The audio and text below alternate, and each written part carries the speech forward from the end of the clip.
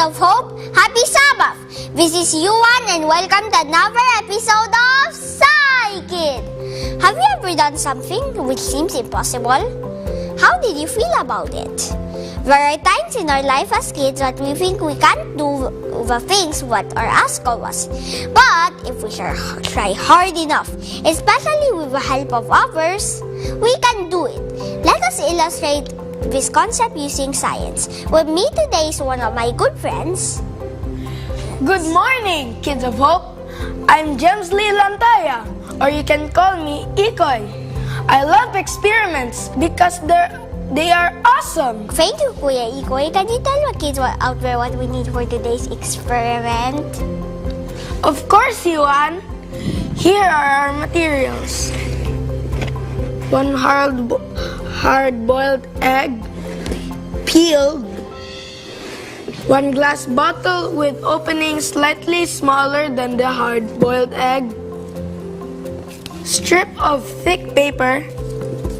Match or lighter. That's fun. That's a lighter. Thank you, Kuya Ikoy. Now that the materials are ready, let's get started. But first, let me tell you the goal of experiment. To get the egg inside this bottle without the use of hands. I mean these hands. Do you think we can do this? I don't think so. Okay, we'll see. There's only one way to find out.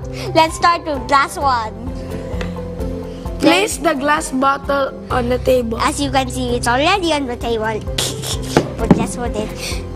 Set the egg on the neck of the bottle.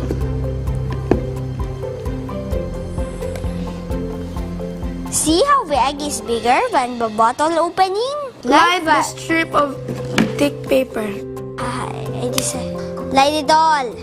Ikoy. Just like that. It looks like a cigarette. Once the paper starts burning, carefully but quickly drop the egg into... Place an egg on top of a bottle. Yes, it already dropped. Just already dropped. Ikoy put it too early, I think. What just happened? According to cool science experiments and headquarters, air pressure is the reason the egg moved into the bottle without us touching the egg. At the start of the experiment, the air pressure inside the bottle was the same as the air pressure outside the bottle. All because the air inside the bottle and outside the bottle was the same temperature. After the burning paper was placed in the bottle, the air inside the bottle began to heat up and expand. A few seconds after the egg was placed on top of the bottle, which was done too early, the fire went out and the paper stopped burning. This caused the air inside the bottle to cool down and contract. When the air contracts, the air pressure inside the bottle becomes less. When the air pressure outside the bottle, this gives a higher air pressure outside the bottle the opportunity to push the egg down into the bottle.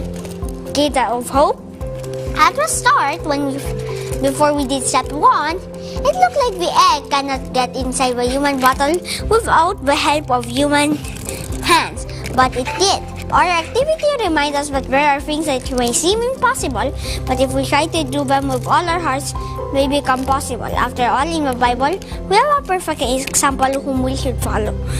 Kuya Ikoy, can you read 1 John 4:11 for us?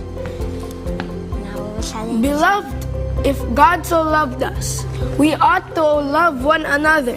1 John 4:11. Jesus is our perfect example of loving our whole heart. He loves us, and that seems impossible because we are sinful. But He loves us anyway. We can also love one another. Sometimes this becomes difficult because we find our kids hard to get along with. But let us love them anyway. God will give us strength. Kids of Hope, we hope that you have enjoyed our experiment today. Once more, this is Yuan. This is Ikoy. And see you next time here on SciKid!